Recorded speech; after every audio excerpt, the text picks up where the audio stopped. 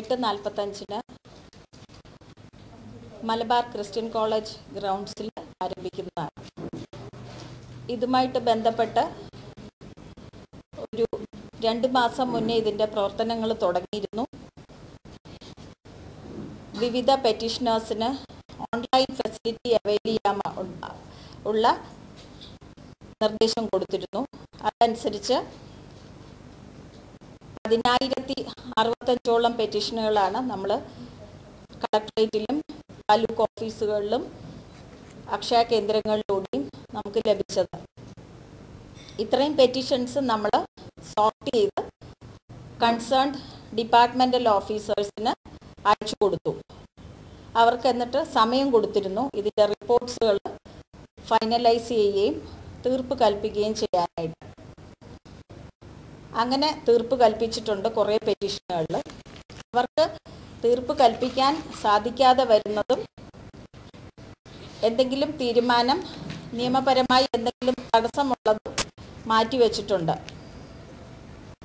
അത് ബഹുമാനപ്പെട്ട മുഖ്യമന്ത്രി വരുമ്പോൾ അത് സമർപ്പിക്കുകയും അതിന് വേണ്ടുന്ന ഉത്തരവുകൾ നമുക്ക് ലഭിക്കുകയും ചെയ്യും. ഏറ്റവും കൂടുതൽ പെറ്റീഷൻസ് നമുക്ക് വന്നിട്ടുള്ളത് മുഖ്യമന്ത്രിയുടെ ദുരിതാശ്വാസ നിധിയിൽ നിന്നുള്ള ചികിത്സാ ധനസഹായം ലഭ്യമാകുന്നതിനാണ്. പിന്നെ ഉള്ളത് BPL കാർഡിൻ്റെ ആവശ്യത്തിനായിട്ടുള്ള പെറ്റീഷനേഴ്സ്. അതൊന്നും കൂടാതെ തന്നെ വേറെ വിവിധ തരത്തിലുള്ള പെറ്റീഷനുകൾ നമുക്ക് ലഭിച്ചിട്ടുണ്ട്. അപ്പോൾ ഇതിൽ കുറച്ച് പേരെ നമ്മൾ 16-ാം തീയതി നേരിട്ട് വന്ന് മുഖ്യമന്ത്രിയിൽ നിന്ന് തന്നെ ധനസഹായം വാങ്ങാനായിട്ട് ഇൻവൈറ്റ് ചെയ്യുന്നുണ്ട്. CDT ഇതിൻ്റെ സാങ്കേതിക സഹായമൊക്കെ തരുന്നത്. ഇൻവിറ്റേഷൻ അടക്കം CDT മുഖാന്തരമാണ് അവർക്ക് നൽകിയിട്ടുള്ളത്. ബാക്കിയുള്ളവർക്ക് അവരുടെ ഒരു ഫോർമാറ്റിൽ തന്നെ കളക്ടറേറ്റിൽ നിന്ന് കൊടുത്തിട്ടുണ്ട്.